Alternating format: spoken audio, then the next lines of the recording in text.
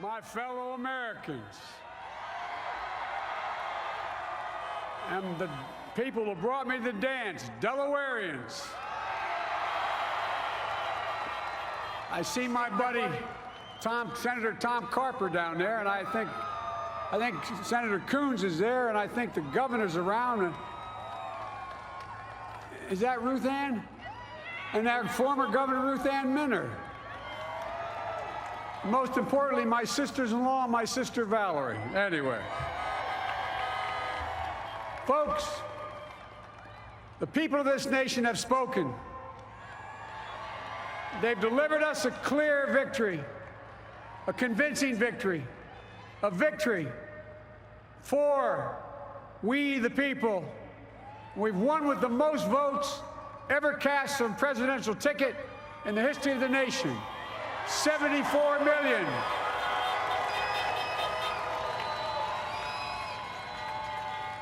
What I must admit has surprised me.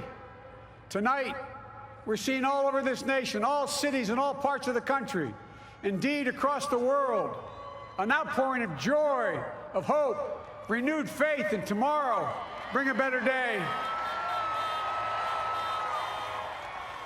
And I'm humbled by the trust and confidence you've placed in me.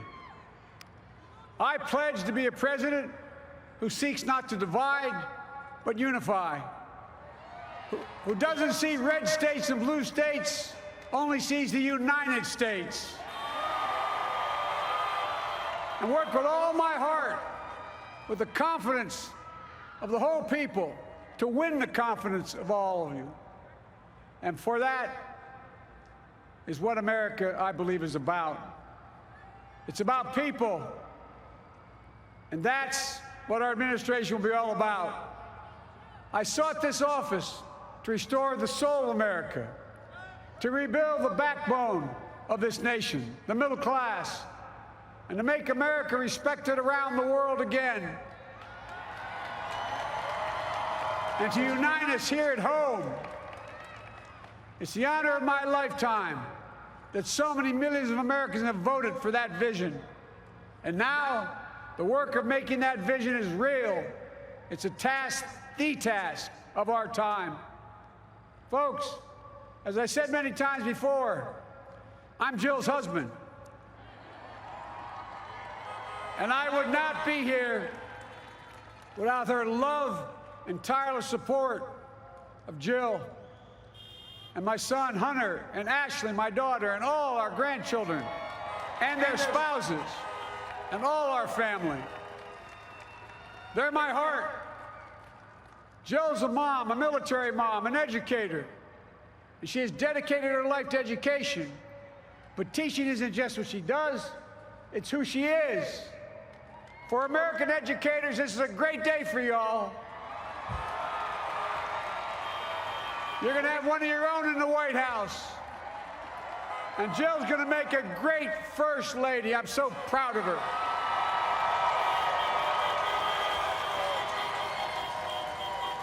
And I'll have the honor of serving with the fantastic Vice President who you just heard from, Kamala Harris, who makes history as the first woman, first black woman, the first woman from South Asian descent, the first daughter of an immigrant ever elected in this country. Don't tell me it's not possible in the United States. It's long overdue. And we're reminded tonight of those who fought so hard for so many years to make this happen. But once again, America's bent the arc of the moral universe more toward justice. Kamala, Doug, like it or not, your family, you become an honorary Biden, there's no way out. All those of you who volunteered and worked the polls in the middle of this pandemic, local elected officials, you deserve a special thanks from the entire nation. And to my campaign team and all the volunteers, and all who gave so much of themselves to make this moment possible, I owe you. I owe you. I owe you everything. And to all those who supported us, I'm proud of the campaign we built and ran. I'm proud of the coalition we put together, the broadest and most diverse coalition in history. Democrats, Republicans, independents, progressives, moderates, conservatives, young, old, urban, suburban, rural, gay, straight, transgender, white, Latino, Asian, Native American.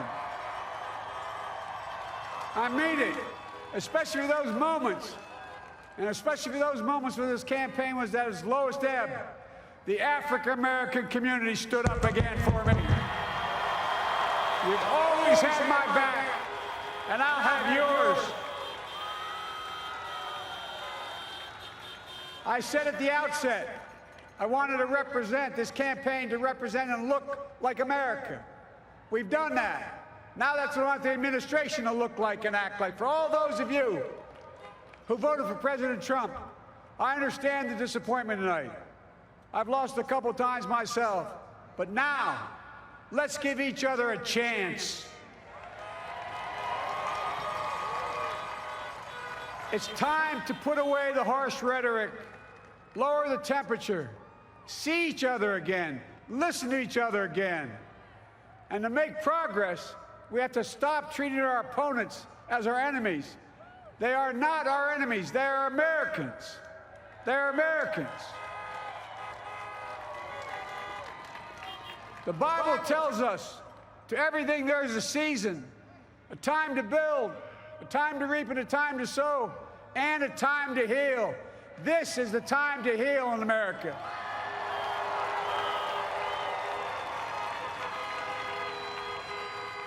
Now this campaign is over.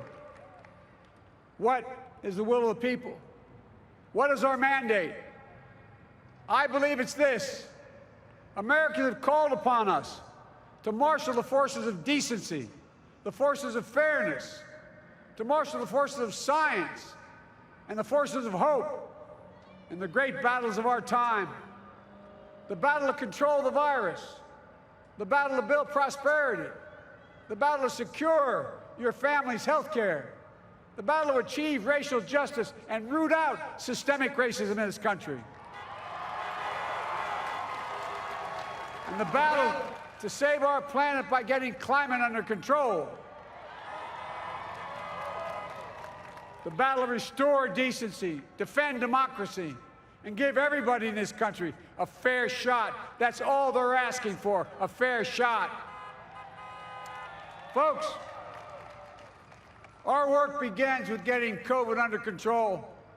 We cannot repair the economy, restore our vitality, or relish life's most precious moments, hugging our grandchildren, our children, our birthdays, weddings, graduations, all the moments that matter most to us until we get it under control.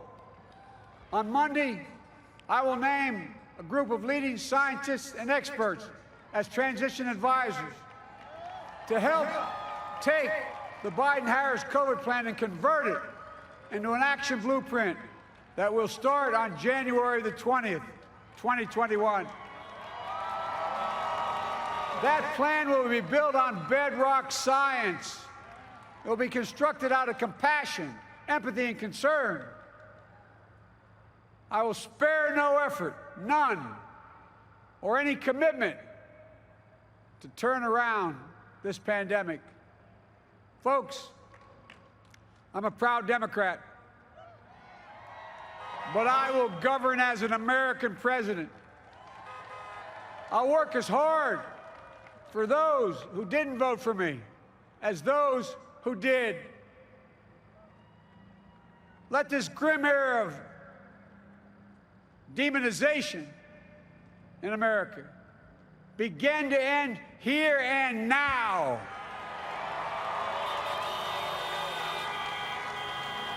The refusal of Democrats and Republicans to cooperate with one another, it's not some mysterious force beyond our control. It's a decision, a choice we make. And if we can decide not to cooperate, then we can decide to cooperate. And I believe that this is part of the mandate given to us from the American people. They want us to cooperate in their interest. And that's the choice I'll make. And I'll call on Congress, Democrats and Republicans alike, to make that choice with me.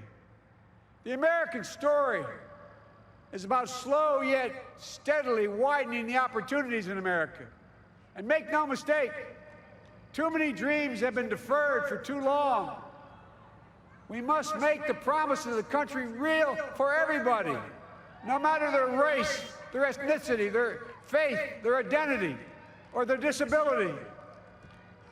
Folks, America has always been shaped by inflection points, by moments in time where we've made hard decisions about who we are and what we want to be. Lincoln in 1860, coming to save the Union. FDR in 1932, promising a beleaguered country a new deal. JFK in 1960, pledging a new frontier. And 12 years ago, when Barack Obama made history, he told us, yes, we can. Well, folks, we stand at an inflection point.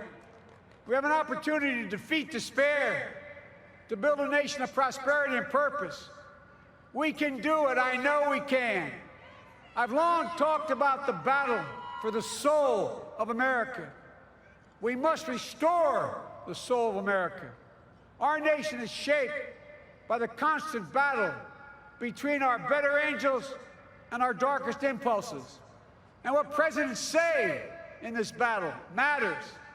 It's time for our better angels to prevail. Tonight, the whole world is watching America. And I believe at our best, America is a beacon for the globe. We will lead not only by the example of our power, but by the power of our example. I've always believed, many of you heard me say it, I've always believed we can define America in one word: possibilities. That, in America, everyone should be given an opportunity to go as far as their dreams and God-given ability will take them. You see, I believe in the possibilities of this country.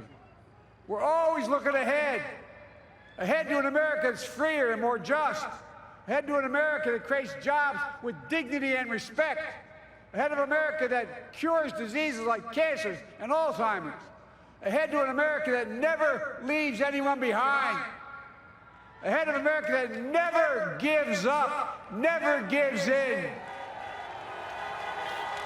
This is a great nation. It's always been a bad bet to bet against America. We're a good people. This is the United States of America, and there's never been anything we've been not able to do when we've done it together. Folks, in the last days of the campaign, I began thinking about a hymn that means a lot to me and my family, particularly my deceased son, Bo. It captures the faith that sustains me and which I believe sustains America. And I hope it can provide some comfort and solace to 230,000 Americans who've lost a loved one to this terrible virus this year. My heart goes out to each and every one of you. Hopefully this hymn gives you solace as well. And it goes like this: and he will raise you up on eagle's wings, bear you on the breath of dawn, and make you to shine like the sun, and hold you in the palm of his hand. And now together, on eagle's wings, we embark on the work that God and history have called upon us to do, with full hearts and steady hands, with faith in America and in each other, with love of country, a thirst for justice. Let us be the nation that we know we can be, a nation united, a nation strengthened, a nation healed, the United States of America. Ladies and gentlemen, there's never been anything we've tried we've not been able to do. So remember, as our grandpapa used to say when I walked out of his home when I was a kid up in Scranton, he said, "Joey, keep the faith." And our grandmother, when she was alive, she yelled, "No, Joey, spread it. Spread the faith." God love you all. May God bless America, and may God protect our troops. Thank you, thank you, thank you.